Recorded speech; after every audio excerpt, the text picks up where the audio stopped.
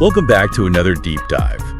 This time, we're going to take a close look at two very different Oscar ceremonies, 2005 and 2015. Yeah, a whole decade apart. Exactly. Should be fascinating to see how things changed. Absolutely, and how some things stayed the same. Right? Like the incredible talent always on display. But before we jump into comparing those 2 years, Right. let's set the stage, We'll explore each year's nominees and winners. Sure. Sprinkle in some fun facts about their past achievements, and then we'll dive into comparing these two cinematic snapshots. I love that, cinematic snapshot. To see, how filmmaking evolved in just 10 years. Definitely always evolving. So buckle up. Get ready to uncover some hidden gems. Oh, yeah. And maybe even, challenge some of your assumptions about those golden statues. Always fun to challenge assumptions. Let's rewind to 2005. All right. Big year. Facebook was taking off, YouTube was about to launch, and, the world felt like it was on the brink of something new. It did, didn't it? And the films of that year definitely tapped into that energy, tackling social issues, exploring identity, and reminding us of our shared humanity. Yeah, that definitely comes through in the nominees for the 77th Academy Awards. Absolutely. And right off the bat, the Best Actor category gave us a taste of the powerhouse performances to come. Oh, for sure. I mean, it was a stacked category. It was. Jamie Foxx was a standout nominee, not just for one, but for 2 roles. 2. Wow. Yeah, he was nominated for Best Actor for his portrayal of the legendary Ray Charles in Ray. Incredible performance. Absolutely transformative. And for Best Supporting Actor in Collateral, where he played a chilling hitman. Talk about range, right? Seriously, not every year you see an actor pull off that kind of double nomination. No, you don't. So is he the favorite to win? I mean, 2 nominations he must have been. He was definitely a frontrunner, especially for Ray. I mean, his performance was electrifying, capturing both the musical genius and the personal struggles of Ray Charles. Right. But, he had some serious competition. Oh, I bet. Don Cheadle delivered a really powerful, really moving performance in Hotel Rwanda. Oh, yeah, that was a powerful film. Yeah, portraying a hotel manager who sheltered refugees during the Rwandan genocide. Right, and that story really resonated with audiences at the time. Absolutely, a very timely and important film. And let's not forget Johnny Depp's charming turn as J.M. Barrie in Finding Neverland. Oh, yeah, another great performance. I mean, who doesn't love a good heartwarming story about the creator of Peter Pan? Depp was always a favorite with the Academy. Wrong. And Finding Neverland had that blend of fantasy and emotional depth that often attracts awards attention. Definitely, but there were also 2 veterans in the mix, right? Yeah, you had Leonardo DiCaprio, nominated for The Aviator, visually stunning biopic about Howard Hughes. Right. And Clint Eastwood. Oh, wow. Who was nominated for both directing and starring in $1 Million Baby. Another one I gotta see. Yeah, about an aging boxing trainer who forms this unlikely bond with a young female boxer. So, diverse, talented pool of nominees who emerged victorious. The Oscar went to Jamie Foxx for Ray. Wow. So he did win. I guess 2 nominations really did give him an edge. His performance was undeniable. Yeah. He embodied Ray Charles in a way that was both transformative and deeply moving. It really was. It was a career-defining performance for sure. It's amazing how some performances just stay with you long after the credits roll, They do. Some just have that power. Speaking of memorable performances. Yes. Let's move on to the Best Actress category in 2005. All right. Another category filled with incredible talent. Okay. Hilary Swank, who had already won an Oscar for Boys Don't Cry in 1999. Oh, wow. Was nominated again for her role in $1 Million Baby. So this was her 2nd nomination. It was. And she played, remind me. She played Maggie Fitzgerald, a determined boxer fighting for her dreams. Oh, right.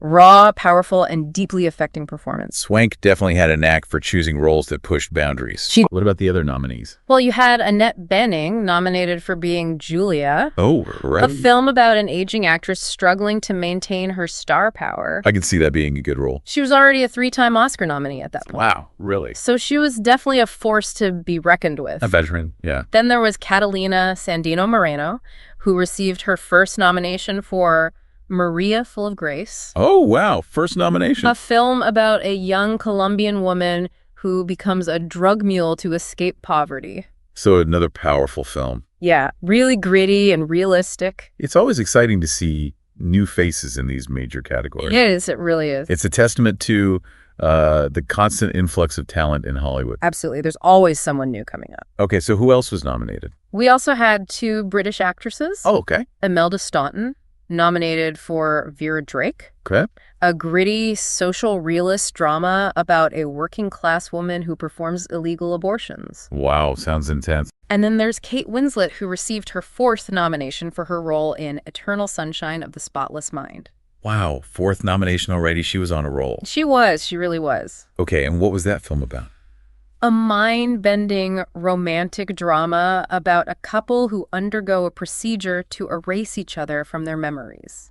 Wow, that's definitely a unique concept. It is a very creative film. Okay, so we've got powerhouses like Swank and Benning, rising stars like Moreno, and veterans like Staunton and Winslet. A really strong lineup for sure. So who took home the statue? The Oscar went to Hilary Swank. So she won her 2nd Oscar. She did, marking her 2nd win for Best Actress in just 6 years. Oh, amazing. Her performance in $1 Million Baby was both physically and emotionally demanding, and she delivered a tour de force performance that cemented her place as one of the most talented actresses of her generation. It's amazing how she managed to win for 2 such different roles. It is. Shows her incredible range. Now, before we move on, let's talk about the supporting categories in 2005, starting with Best Supporting Actor. All right, this category also featured Jamie Foxx. Oh, right, for Collateral. Yeah, nominated for his 2nd role of the year. So he had a chance to win in both categories. He did. It was a pretty remarkable feat to be nominated for 2 such different roles. But it was Morgan Freeman who took home the award, right? That's right, for his performance in $1 Million Baby. Right, another amazing performance in that film. He played Eddie Scrap Iron Dupree, a former boxer who becomes Maggie's mentor and friend. Ah. And his performance was, it was both heartwarming and heartbreaking. Oh, I can see that. You know, Freeman's win marked his 4th nomination and 1st win. Oh, wow, so he is overdue. He'd been a respected figure in Hollywood for decades. Oh, yeah. And this win felt like, a long overdue recognition of his talent. Right, he's definitely one of those actors who commands respect. Absolutely. And it's interesting to note that $1 Million Baby was nominated in all 4 acting categories. Yeah, that's a pretty rare feat. Not many films achieve that. It really speaks to the power of the performances in that film. It does. So who else was nominated in the Best Supporting Actor category? We had Alan Alda nominated for The Aviator. Oh, yeah, a veteran actor known for his role in the TV series M. Harrish. That's right. Then there was Thomas Hayden Church, nominated for his breakout role in Sideways. Right, a comedy about 2 friends on a road trip through California wine country. Sounds a fun film. It is very funny and also quite touching. And finally, Clive Owen received his 1st nomination for Closer. Right, a drama about the complexities of modern relationships. So comedy, drama, and a biopic represented in that category. A good mix of genres. It's always interesting to see how the Academy balances genre and tone in these awards. They try to recognize a variety of films, and it's always interesting to see which ones they ultimately choose. Definitely. So now let's move on to Best Supporting Actress in 2005. Okay. And this category was packed with talent, right? Oh, yeah, a mix of established names and rising stars. Like, Well, Cate Blanchett, who had already won an Oscar for her portrayal of Katharine Hepburn in The Aviator. no way. She was nominated again. She was, this time for her supporting role in the same film. Oh, wow. Talk about a double whammy. And she was up against Laura Linney, Okay. who received her 2nd nomination for her role in Kinsey, Right. a biopic about the controversial sex researcher Alfred Kinsey. Wow. Sounds like a fascinating film. It is very thought-provoking. So Blanchett was definitely on a roll in 2005. She was. It's amazing how some actors have those years where everything just clicks. Totally. Like everything they touch turns to gold. Yeah, and then you have Virginia Madsen. Okay. She received her 1st nomination for Sideways. Oh, right. The wine country road trip movie. That's the one. Her performance really showcased her range and depth as an actress. So another first-time nominee. Yeah, and then we also had 2 actresses making their Oscar debuts. Oh, wow. This is exciting. Sophie Okonedo, nominated for her powerful performance in Hotel Rwanda. So another nomination for that film.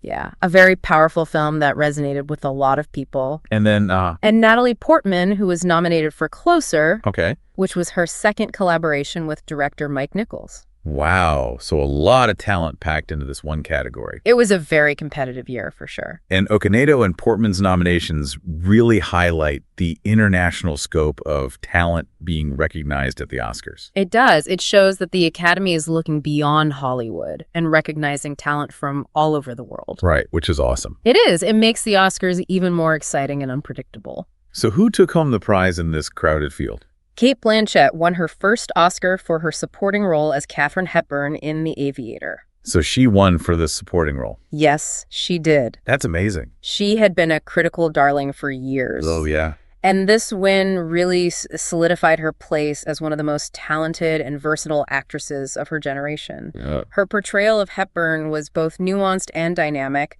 really capturing the legendary actress's wit, spirit, and vulnerability. It's interesting how Blanchett was nominated for both Best Actress and Best Supporting Actress for The Aviator. It is. Not many actors can pull that off. Talk about making a splash. She definitely made her mark that year.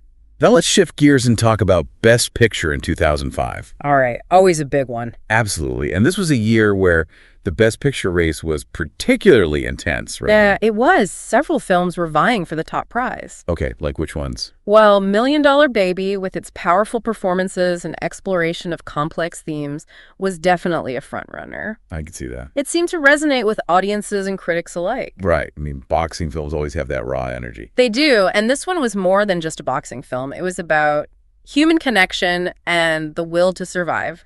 What other films were in the running? The Aviator, with its visual grandeur and exploration of Howard Hughes' ambition and eccentricities, was also a strong contender. Right. I mean, anything with Leo in it is usually a contender. He's a powerhouse. He is. Finding Neverland was also a strong contender. The Peter Pan movie, right? Yeah, it had that heartwarming quality that often wins over audiences. It's a classic story, appeals to everyone. It does. And then there was Ray. With Jamie Foxx's electrifying performance. Yeah, that was hard to ignore. A truly remarkable performance. So we've got biopics, a heartwarming drama, and a film about a musical legend. A very diverse lineup. Was there a dark horse in the race? You could say that Sideways was a bit of an underdog. Oh. It was a smaller film, Right. but it received critical acclaim for its sharp writing, I see. relatable characters, and its exploration of midlife crises and male friendship. So with all these strong contenders, who ultimately took home the top prize? The Oscar for Best Picture went to Million Dollar Baby. Wow, so it beat out all the others. It did. It was a film that packed an emotional punch, Yeah. exploring themes of loss, redemption, and, the unconventional bonds that can form between people from different walks of life. So more than just a boxing movie. Exactly. It was about human connection and the power of the human spirit. And Clint Eastwood directed it. Right, he did. And the performances from Swank, Eastwood, and Freeman were simply unforgettable. So a well-deserved win. Absolutely. 2005 was a year of powerhouse performances, thought-provoking dramas, and a few surprises along the way. It was a very memorable year for film. But what about 2015? How did the Oscars landscape shift a decade later? Let's fast forward and find out. All right, let's do it. 2015 was a year where we saw the Oscars embracing a new wave of filmmaking. Really? How so? There was a greater emphasis on complex narratives, genre-bending films, and stories that challenged traditional storytelling structures. So a bit more experimental. Exactly. More willingness to take risks. The world had definitely changed a lot in those 10 years. Oh, yeah, a lot had happened. Social media was everywhere. Right. Completely different landscape. The global financial crisis had shaken things up, and climate change was becoming an increasingly urgent issue. A lot to grapple with, for sure. Did those changes reflect in the films nominated for Best Picture in 2015? Absolutely. The nominees were a diverse and fascinating bunch, reflecting the evolving tastes of audiences and the growing boldness of filmmakers. Okay, so who were the contenders? We had Birdman, or The Unexpected Virtue of Ignorance, Okay. a dark comedy about a washed-up superhero actor trying to revive his career on Broadway. Interesting concept. It was a visually stunning and technically ambitious film. Yeah, I've heard good things about it. Definitely a film that pushed boundaries. What other films were in the running? There was American Sniper, Clint Eastwood's war drama about Navy SEAL Chris Kyle. Oh, yeah, that was a big one. It was a box office hit that sparked a lot of conversation about the complexities of war and its impact on soldiers. A very timely film, given the ongoing conflicts at the time. Absolutely. Boyhood was also nominated. Boyhood, remind me. Richard Linklater's coming-of-age story, filmed over 12 years, capturing the growth of its cast in real time. Wow, that's an incredible feat of filmmaking. It really was a cinematic marvel. Okay, so we've got a dark comedy, a war drama, and a coming-of-age epic. A good mix of genres so far. What about the other nominees? Wes Anderson's visually stunning and whimsical comedy, The Grand Budapest Hotel, was also in the... Oh yeah, Wes Anderson, always a visual treat. His films are so unique and stylish. Definitely a filmmaker with a distinct vision. And then you had The Imitation Game, Okay. a historical drama about mathematician Alan Turing's code-breaking efforts during World War II. So a very different kind of story. Yeah, it was a compelling story of brilliance, persecution, and the hidden figures who helped shape history. It's great to see films that shed light on important historical figures like Turing. Absolutely, their stories deserve to be told. Who else was in the running for Best Picture?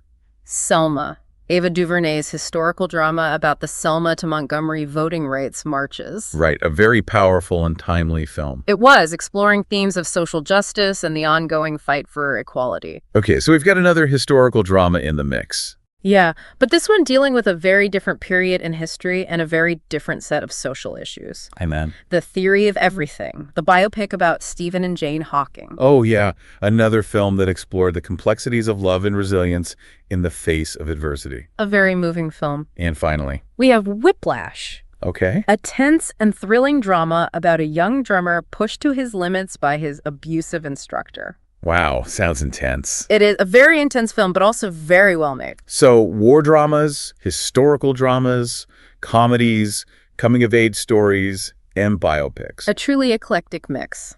What do you think this says about the state of filmmaking in 2015? I think it reflects a growing appetite for stories that challenge our expectations, explore complex themes, and push the boundaries of traditional storytelling. So a shift towards more innovative and unconventional storytelling. Exactly, and I think that's reflected in the film that ultimately won Best Picture, Which was? Birdman, or The Unexpected Virtue of Ignorance. Wow, so the dark comedy about the washed-up superhero actor took home the top prize. It did, and I think it was a bold and unconventional choice by the Academy. Yeah, definitely not your typical Oscar bait. But it was a film that was both technically innovative and thematically rich, and I think it deserved the win. It's a film that really makes you think about the nature of art and the human condition. It does, and it's a film that I think will continue to be discussed and debated for years to come. Okay, so Birdman wins Best Picture, but what about the acting categories? Did we see any familiar faces from 2005 making a return? We did. The Best Actor race in 2015 was incredibly competitive, with a mix of seasoned veterans and rising stars. Okay, so who were the nominees? Eddie Redmayne, who had been gaining recognition for his work in films like Les Miserables, earned his first nomination for his transformative portrayal of Stephen Hawking in The Theory of Everything. Wow, that's a challenging role. It was. He captured both the physical challenges of ALS and the brilliant mind of the renowned physicist. It's amazing how actors can completely disappear into a role like that. It is. It takes a lot of talent and dedication. Who else was he up against? Steve Carell, known for his comedic roles, surprised everyone with his chilling performance in Foxcatcher. Oh, wow, a dramatic departure for him. It was. He played John DuPont, an eccentric millionaire with a disturbing obsession with wrestling. Wow, sounds intense. It was a very dark and disturbing film. It's always fascinating to see actors break out of their typecasting and take on these challenging roles. It is. It shows their range and their willingness to take risks. So who else was in the running? Bradley Cooper was nominated for American Sniper, Clint Eastwood's war drama. Right, he played Chris Kyle, the Navy SEAL. That's right, a physically and emotionally demanding role that Cooper took on with incredible dedication. Cooper's commitment to his roles is always impressive. It is. He always gives 110%. So any familiar faces from 2005 in this category? Yes, Benedict Cumberbatch received his first nomination for his brilliant performance in The Imitation Game. Oh, right, he played Alan Turing. Yeah, the mathematician who played a key role in breaking the Enigma code during World War II. Right, but faced persecution for his homosexuality. Sadly, yes. A tragic story. It's great to see the Academy recognizing actors for their work in films that shed light on important historical figures and social issues. It is. These stories need to be told. So who was the final nominee in this star-studded category? The fifth nominee was Michael Keaton, delivering a career-defining performance in Birdman, or The Unexpected Virtue of Ignorance. Oh, wow. So he was nominated for the same film that won Best Picture. He was, and his performance was a big part of why the film was so successful. So he played Regan Thompson, the washed-up superhero actor. He did, and he was brilliant. Okay, so all 5 nominees delivered powerful performances who took home the Oscar in this incredibly competitive category. The Oscar went to Eddie Redmayne for The Theory of Everything. Wow, so he won for his portrayal of Stephen Hawking. He did. His performance was a tour de force, requiring both physical transformation and emotional depth. I can imagine. He captured not only the physical deterioration caused by ALS, but also Hawking's brilliant mind, dry wit, and determination to live a full life. It was a truly unforgettable performance that deserved all the accolades it received. Absolutely. It's amazing how some performances can transcend the screen and really stay with you. They do. They have that power to move us and make us think. Now let's move on to the Best Actress category in 2015. Was it as competitive as the Best Actor race? It certainly was. This category showcased a range of talented actresses tackling complex and emotionally resonant roles. Okay, so who are the nominees? Julianne Moore, a respected veteran with 4 previous nominations, was finally recognized with her first win for her heartbreaking performance in Still Alice. Oh, wow, so she finally won after 4 nominations. She did, and it was well-deserved. And what was that film about? She played Alice Howland, a linguistics professor diagnosed with early-onset Alzheimer's disease. Oh, wow, that's a heavy role. It was. She portrayed the gradual deterioration of her memory and her struggle to maintain her identity. Moore's performance was so raw and powerful. It's great to see the Academy recognizing an actress who had consistently delivered incredible work throughout her career. It is. She's a phenomenal actress. Who are the other nominees in this category? Marion Cotillard was nominated for her role in 2 Days, One Night. Right, the French actress who won an Oscar for her portrayal of Edith Piaf in La Vie en Rose. Yeah, another incredible performance. And what was this film about?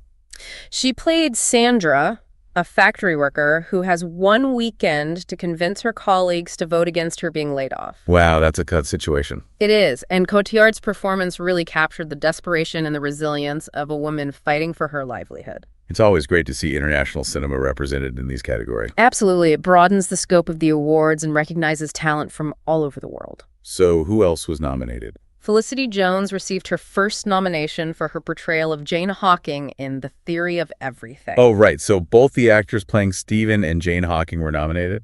Yeah, which is pretty rare. It speaks to the film's ability to create fully realized characters and a compelling dynamic between them. It does, and both Redmayne and Jones delivered incredible performances. And who were the remaining 2 nominees? Rosamund Pike received her first nomination for her chilling performance in Gone Girl.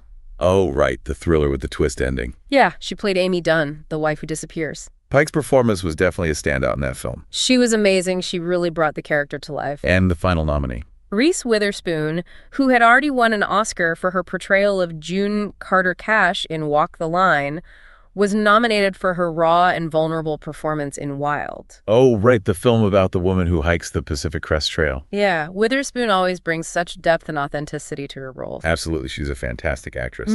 So Julianne Moore won for Still Alice, but it sounds like all the nominees delivered memorable performances. They did. It was a very strong year for actresses. What were some of the highlights of the supporting categories in 2015? The Best Supporting Actor category was particularly interesting. How so? J.K. Simmons, a character actor known for his roles in films like Juno and Spider-Man, won his first Oscar for his intense and unforgettable performance in Whiplash. Oh, yeah. He played the terrifying music instructor. He did, Terrence Fletcher, who pushes his students to their absolute limits. Simmons's performance was both terrifying and captivating. He was brilliant in that role. Who else was nominated in this category? Robert Duvall, a veteran actor with a long and distinguished career, was nominated for his role in The Judge. Oh, wow. Another legend of the screen. He was great in that film, playing a stern and aging judge who is reunited with his estranged son. Duvall is one of those actors who always brings gravitas and authenticity to his roles. He does. He's a true master of his craft. What about the other nominees? Ethan Hawke received his 4th nomination for his role in Boyhood. Right. He played the father of the film's protagonist. Yeah. He did. And his performance was so subtle and nuanced, really capturing the complexities of fatherhood and the evolving relationship between a father and his son. It's amazing how Hawke's performance in Boyhood reflected the passage of time in such a subtle and nuanced way. It is. It's a testament to his talent as an actor and to Richard Linklater's direction. So who else was nominated?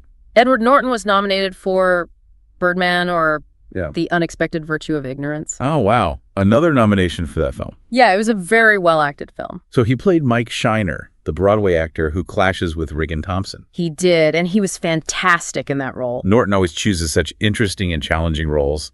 It's no surprise that he was recognized for his work in Birdman. He's a very talented actor. And the final nominee. Mark Ruffalo received his second nomination for Foxcatcher. Oh, right. He played Dave Schultz, the wrestler who gets caught up with John DuPont. Yeah.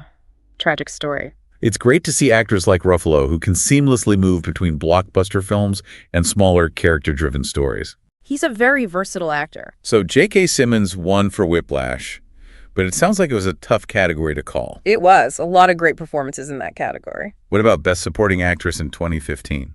This category also featured a mix of established names and rising stars. Like who? Patricia Arquette won her first Oscar for her role in Boyhood. Oh, wow. So she won for playing the mother of the film's protagonist. She did, and her performance was so relatable and emotionally resonant, really capturing the joys, struggles, and sacrifices of motherhood over a 12-year period. Arquette's performance in Boyhood was so relatable and emotionally resonant. It's a role that will stay with me for a long time. It's a powerful performance. Who else was nominated in this category? Laura Dern received her second nomination for her role in Wild. Right, she played Reese Witherspoon's mother in that film. She did, and her performance was heartbreaking, really capturing the complex relationship between a mother and daughter. Dern's performance in Wild was so heartbreaking. She really captured the complex relationship between a mother and daughter. Who were the other nominees? Keira Knightley received her second nomination for her role in The Imitation Game. Oh, right. She played Joan Clark, the cryptanalyst who works alongside Alan Turing. That's right. A brilliant woman who made significant contributions to the war effort. It's great to see films like The Imitation Game recognizing the contributions of women in STEM fields, especially during a time when their work was often overlooked. Absolutely. It's important to acknowledge their contributions to history. So who else was nominated? Emma Stone received her first nomination for Birdman or The Unexpected Virtue of Ignorance. Wow, another nomination for Birdman. It was a really well-acted film with a great ensemble cast. And she played Regan Thompson's daughter. She did, and her performance was both funny and heartbreaking, really showing a new side to her talent. Stone's performance in Birdman was both funny and heartbreaking. It showed a new side to her talent. Who was the final nominee in this category? The fifth nominee was Meryl Streep for her role in Into the Woods. Of course, Meryl Streep, the queen of acting. She's a legend, and she was great in Into the Woods as the witch. Streep is an absolute icon. It's no surprise that she was nominated for her performance in Into the Woods. So Patricia Arquette won for Boyhood, but it sounds like it was another incredibly competitive category. It was a lot of great performances that year. Now, before we move on to compare these two fascinating Oscar years, I'm curious to hear your thoughts on some of the other categories that don't always get as much attention. What stood out to you in 2005 and 2015? One category that always fascinates me is Best Animated Feature. Oh yeah, animation is often overlooked, but it can be just as powerful and moving as live-action filmmaking. Absolutely. And it's amazing to see how animation has evolved over the years, pushing the boundaries of storytelling and visual artistry. So what were the nominees in this category in 2005 and 2015? In 2005, Pixar's The Incredibles took home the prize. Oh yeah, that was a great film. It was a superhero family comedy with heart and action, and it appealed to audiences of all ages. I remember watching it multiple times in theaters. It was up against Shark Tale and the sequel to Shrek, but The Incredibles really stood out for its originality and its ability to entertain while also exploring themes like family dynamics and midlife crises. The Incredibles was a classic. What about 2015?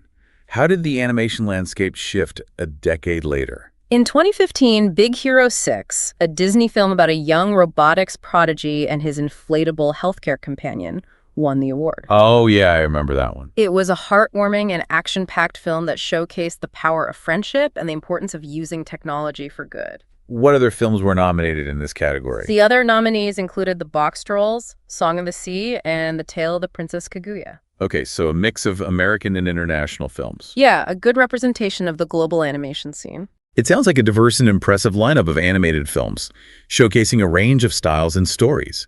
It's amazing to see how animation continues to push creative boundaries and captivate audiences worldwide. It is, and I think it's a testament to the power of animation as a storytelling medium. Now, I'm also curious about the music categories.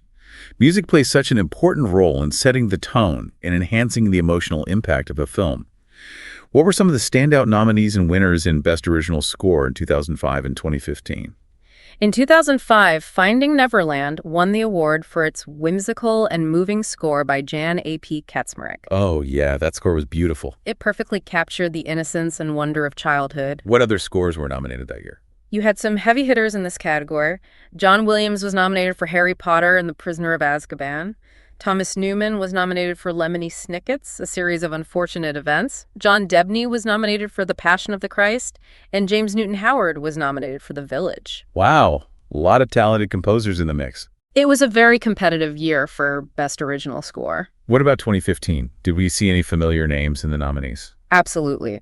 Alexander Desplat won the award for The Grand Budapest Hotel. Oh, yeah, Desplat is a fantastic composer. He is. He's known for his versatility and his ability to create scores that perfectly complement the tone and style of the films he works on. And his score for The Grand Budapest Hotel was just perfect, so whimsical and charming. It was, and he was actually nominated twice that year. Really? For what else? He was also nominated for his score for The Imitation Game.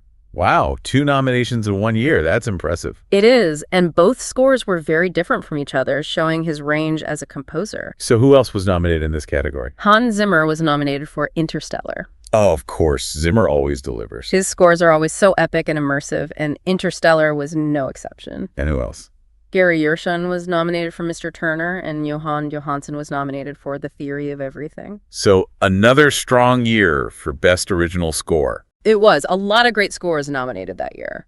Now, I'm also curious about Best Original Song, a category that often produces some of the most memorable moments of the Oscars ceremony.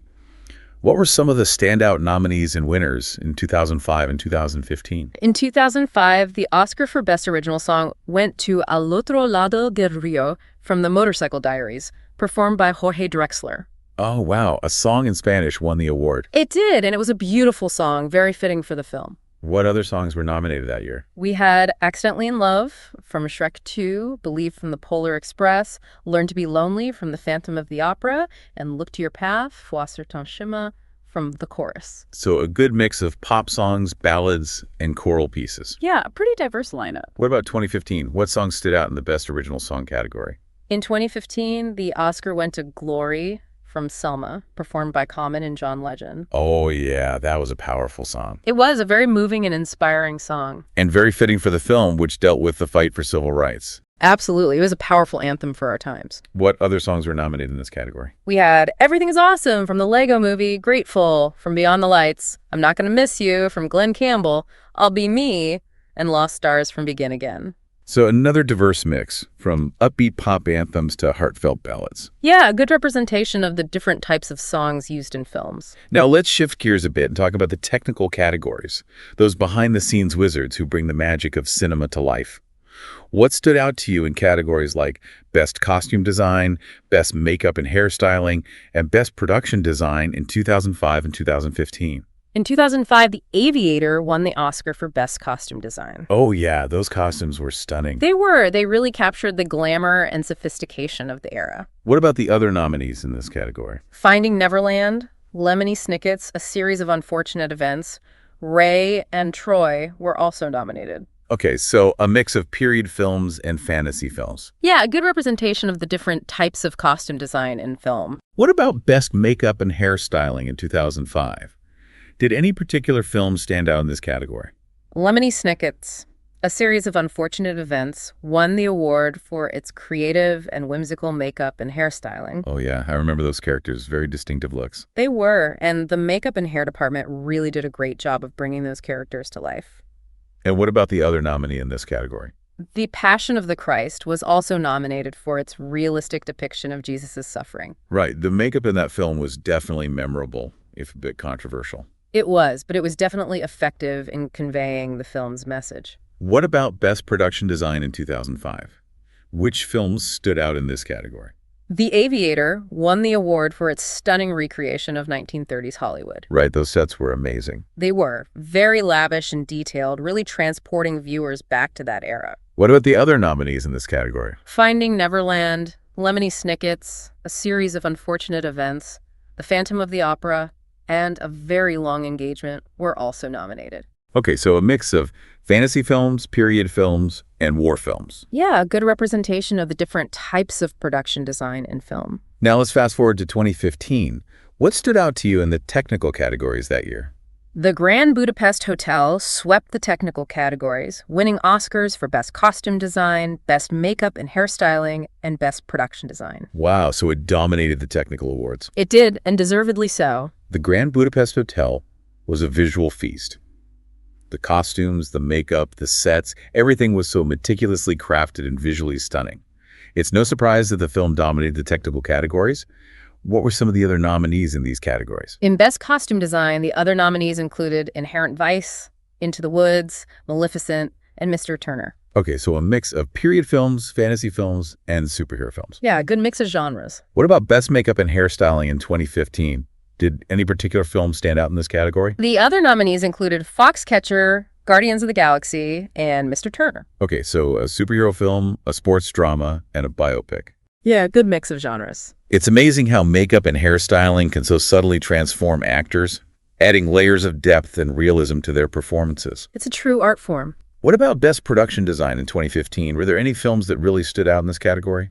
The other nominees included The Imitation Game, Interstellar, Into the Woods, and Mr. Turner. Okay, so a sci-fi film, a fantasy film, a historical drama, and a biopic. Yeah, a good mix of genres. Now, before we move on to compare these two fascinating Oscar years, I'm curious to hear your thoughts on the sound categories, Best Sound Editing and Best Sound Mixing. Sound plays such an important role in creating a truly immersive cinematic experience, but it often goes unnoticed. What were some of the standout nominees and winners in these categories in 2005 and 2015? You're absolutely right. Sound is often the unsung hero of filmmaking, and the sound editing and mixing teams play a crucial role in bringing a film's vision to life. In 2005, The Incredibles won the Oscar for Best Sound Editing. Oh yeah, the sound design in that film was great. It was very creative and innovative, really brought the superhero world to life. What are the other nominees in this category? The Polar Express and Spider-Man 2 were also nominated. Okay, so a mix of animated films and superhero films. Yeah, a good representation of the different types of sound design in film. What about Best Sound Mixing in 2005? Which films stood out in this category? Ray won the Oscar for Best Sound Mixing for its masterful blend of music, dialogue, and sound effects. Right, the sound in that film was incredible. Really made you feel like you were right there in the recording studio with Ray Charles. It did, and that's a testament to the skill of the sound mixing team. What about the other nominees in this category? The Aviator, The Incredibles, The Polar Express, and Spider-Man 2 were also nominated. Okay, so some overlap with the Best Sound Editing category. Yeah, sometimes the same films are nominated in both categories. Now let's fast forward to 2015. What stood out to you in the sound categories that year? In 2015, American Sniper won the Oscar for Best Sound Editing. Oh yeah, that film had some really intense sound design. It did, really putting you right in the middle of the action. What about the other nominees in this category? Birdman, or The Unexpected Virtue of Ignorance, The Hobbit, The Battle of the Five Armies, Interstellar, and Unbroken were also nominated. Okay, so a good mix of war films, fantasy films, and sci-fi films. Yeah, a lot of different genres represented. What about Best Sound Mixing in 2015? Which films stood out in this category? Whiplash won the Oscar for Best Sound Mixing. Oh yeah, the sound in that film was amazing. Really captured the intensity and energy of the drumming performances. It did, and it was a well-deserved win. What about the other nominees in this category? American Sniper, Birdman, or The Unexpected Virtue of Ignorance, Interstellar, and Unbroken were also nominated. So some overlap with the Best Sound Editing category again. Yeah, it's not uncommon to see the same films nominated in both categories. Now, last but not least, let's talk about Best Visual Effects, a category that celebrates the wizards behind the screen who create the impossible and bring our wildest imaginations to life. What stood out to you in this category in 2005 and 2015? In 2005, Spider-Man 2 won the award for its groundbreaking visual effects. Oh yeah, those web-slinging scenes were amazing. They were very impressive for the time. What about the other nominees in this category? Harry Potter and the Prisoner of Azkaban and I, Robot were also nominated. Okay, so a fantasy film and a sci-fi film. Yeah, a good mix of genres. What about 2015? How did the visual effects landscape evolve a decade later? In 2015, Interstellar won the Oscar for Best Visual Effects. Oh, yeah, those space scenes were breathtaking. They were truly groundbreaking visual effects. What about the other nominees in this category? Captain America, The Winter Soldier, Dawn of the Planet of the Apes, Guardians of the Galaxy, and X-Men, Days of Future Past were also nominated. So, a lot of superhero films in the mix. Yeah, superhero films tend to dominate this category. Now, as we wrap up our exploration of the various categories in 2005 and 2015, I'm eager to hear your thoughts on the writing categories, Best Adapted Screenplay and Best Original Screenplay. The writing is often the foundation of a great film, and these categories recognize the talented individuals who craft the narratives that bring these stories to life. What stood out to you in these categories in 2005 and 2015? You're absolutely right. The writing is the backbone of any great film, and the adapted and original screenplay categories always feature some of the most thought-provoking and innovative films of the year. Absolutely. Yeah. I'm particularly curious about the Best Adapted Screenplay category. It's always fascinating to see how screenwriters transform existing works, books, plays, even other films, into compelling screenplays. What were some of the standout nominees and winners in this category in 2005 and 2015? Right. What stood out? Sideways took home the award. Sideways, okay. It was, a witty and insightful look at those two friends on that wine country road trip. I remember that one. Yeah. What made the screenplay stand out for you? Alexander Payne and Jim Taylor, the writers, they really captured the essence of male friendship. Okay. That midlife crisis. Right. The search for meaning in unexpected places, Right. Yeah. It was based on a novel. Right. But they really brought those characters to life, gave them sharp dialogue, and put them in situations that were both funny and poignant. Yeah. Definitely a character-driven film. It was. And often that's where, great screenplays really shine. They do. What were some of the other contenders that year? Before Sunset was nominated, the sequel to Before Sunrise. Right. It was, praised for its realistic dialogue, its exploration of love, loss, and, the paths not taken. Finding Neverland, which we discussed earlier, was also nominated. Beautifully brought the story of J.M. Barrie and the creation of Peter Pan to the screen. Okay. And then $1 Million Baby, adapted from a collection of short stories. Okay. And The Motorcycle Diaries, which chronicled the early life of Che Guevara. So quite a mix. Was. Showed how adapted screenplays could draw from such, diverse source material. It did. Now, what about 2015? What stood out for you in that year's Best Adapted Screenplay race? The Oscar went to The Imitation Game. The Imitation Game. A film that highlighted a hidden figure in history. Right. Alan Turing. Yeah. Screenplay by Graham Moore. Okay. Brilliantly brought, Turing's story to life. Okay. Showcasing his genius as a code breaker, during World War II, but also his tragic persecution for being gay. Right. It was a really powerful story, Definitely. that resonated with audiences and critics alike. Turing's story deserves to be told. It does. And it's amazing how The Imitation Game managed to be both a historical drama and a deeply personal story at the same time. Yeah, it was a really well-crafted film. So what other screenplays were in contention that year? American Sniper was a strong contender. Right. Based on Chris Kyle's autobiography, Okay. captured the intensity of war and the psychological toll it takes on soldiers. Definitely a powerful subject. It is. Inherent Vice, adapted from Thomas Pynchon's notoriously complex novel, was a surprising nominee, right? It was. I mean, it managed to translate Pynchon's unique voice and style into a visually compelling and often hilarious film. Yeah, it was quite a feat of adaptation. Not easy to adapt Pynchon. No. So what were the other two? You had The Theory of Everything, which focused on the relationship between Stephen and Jane Hawking. Okay. And Whiplash, which was expanded from a short film, Right. was praised for its intense dialogue and its exploration of ambition and the drive for perfection. So again, a range of stories and styles represented there. Sure. Now let's shift to the screenplays that were born completely original, not adaptations. What were some of the highlights in the Best Original Screenplay category in 2005?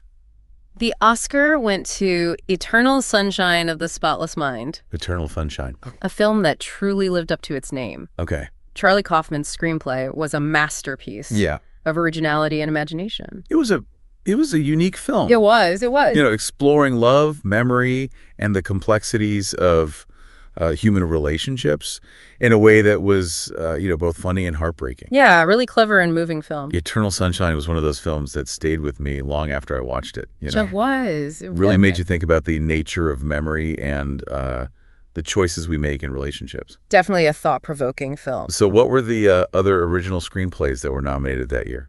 The Aviator. Okay. A biopic, yes, but the screenplay was original, and it captured the ambition, drive, and ultimately the tragic downfall of Howard Hughes. Hotel Rwanda, which we discussed earlier, was also nominated for its powerful and moving depiction of a true story of courage and compassion during the Rwandan genocide. It's amazing how a screenplay can take a true story and bring it to life in such a visceral and impactful way. It is. It takes a skilled writer to do that. Okay, so what were the remaining two nominees? The Incredibles was nominated for its clever writing and its ability to entertain audiences of all ages. Okay. And Vera Drake, a British social realist drama, was praised for its unflinching look at a controversial subject. So we had biopics, animation, social dramas, and mind-bending romances all represented in this category. A very diverse mix. Really highlighted the breadth of storytelling that can be found in original screenplays. It does. Now, what about 2015? What original screenplays captured the attention of the Academy that year? Birdman, or The Unexpected Virtue of Ignorance, took home the award for Best Original Screenplay. Birdman, okay. Alejandro G. Iñárritu and his co-writers crafted a screenplay that was both witty and thought-provoking, blurring the lines between reality and fantasy, Right. and exploring themes like identity, fame, and artistic redemption in a way that was both entertaining and insightful. Yeah, Birdman was a film that really pushed boundaries, and the screenplay was a key element of its success. Absolutely, it was a very well-written film. So what other original screenplays were nominated that year? You had Boyhood. Richard Linklater's film, right? Yeah, strong contender. Yeah. The screenplay captured the essence of growing up and the passage of time, Yeah. in a way that was both realistic and deeply moving. A unique film. It was Unforgettable film that resonated with audiences of all ages. definitely one-of-a-kind film. So what were the remaining nominees in this category? Foxcatcher was nominated, based on a true story, explored the dark side of ambition and the complexities of relationships. The Grand Budapest Hotel, Wes Anderson's delightful confection of a film, was nominated for its unique blend of humor, heart, and visual spectacle. Pure cinematic joy. The screenplay was a key ingredient in its success. Absolutely. It was a very clever and charming film. And what was the final nominee in this category? Nightcrawler rounded out the nominees, a dark and cynical thriller about a freelance crime journalist who will stop at nothing to get the perfect shot. Right. A very different kind of film. It was much darker and more intense than the other nominees. So it explored the underbelly of Los Angeles and the lengths people will go to for fame and fortune. It did, and it did it in a very unflinching way. So we've journeyed through 2 years of Oscar history, uncovering the trends, the surprises, and the stories behind the stories. It's been quite a journey. What are your final takeaways from these two cinematic snapshots, 2005 and 2015? Well, it's fascinating to see how both years reflected the anxieties and aspirations of their time, Okay. but also how filmmaking itself was evolving. In Right. 2005, we saw a lot of traditional biopics, films grappling with, social issues.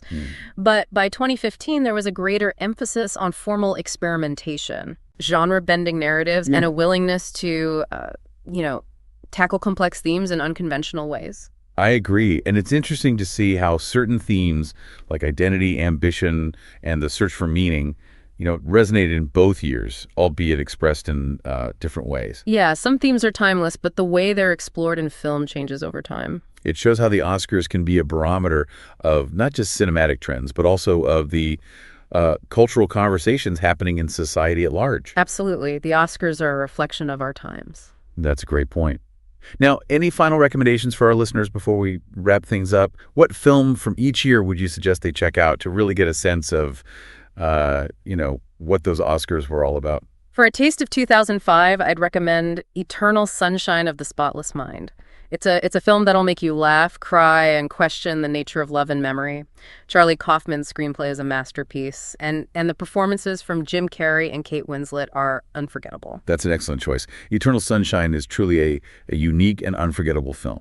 It is. And for 2015. I'd recommend Birdman or The Unexpected Virtue of Ignorance. Birdman. Okay. It's a visually stunning and thought-provoking film that will stay with you long after the credits roll, you know? It's a film that really showcases the artistry and innovation happening in filmmaking today. Absolutely. And on that note, happy watching, and we'll catch you on our next deep dive into the world of knowledge. See you then.